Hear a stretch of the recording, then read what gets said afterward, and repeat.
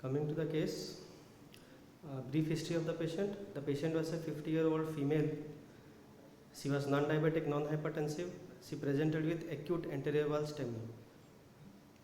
She was also in cardiogenic shock with an episode of VT, which was hemodynamically stable, and the VT reverted on its own. The VT was present while the patient was being transferred to our hospital on its way. ECG on arrival at our hospital showed normal sinus rhythm with T inversions in V1 to V6. Echo showed regional wall motion abnormalities in LAD territory with an ejection fraction of 40%. She had a past history of PCI done to LAD 1 week before, which was done at an outside center. She was planned for a check angiogram.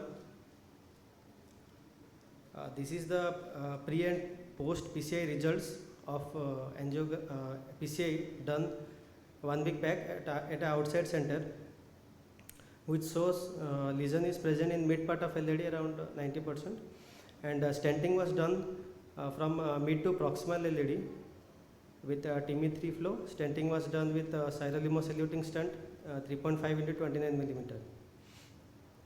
Now coming to the angiogram which was done at our center, this shows stent well patterned in mid and proximal LAD with TIMI-3 flow. However, some amount of haziness we can see in the LMCA, proximal LMCA part.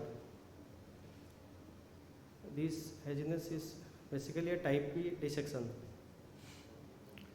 Then we went on to do a pre-OCT run from LAD to LMCA, which shows this is the mid part of stent, which shows there is a node stent edge dissection is present.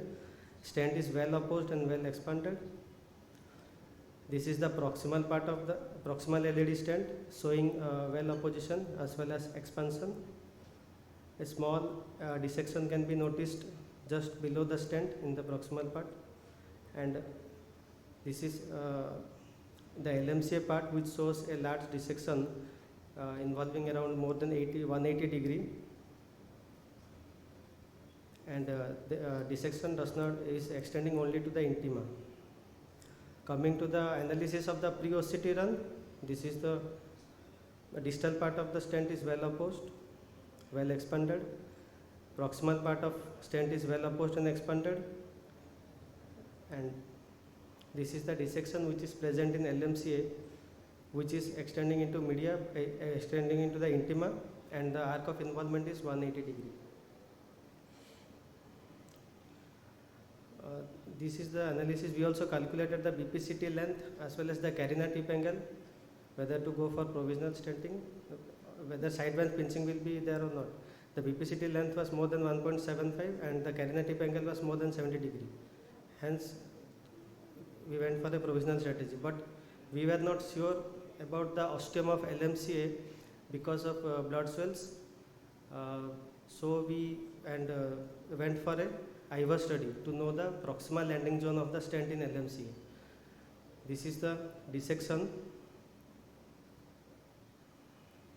showing fluttering movements, which is extending from osteoproximal part of LAD and to the LMCA.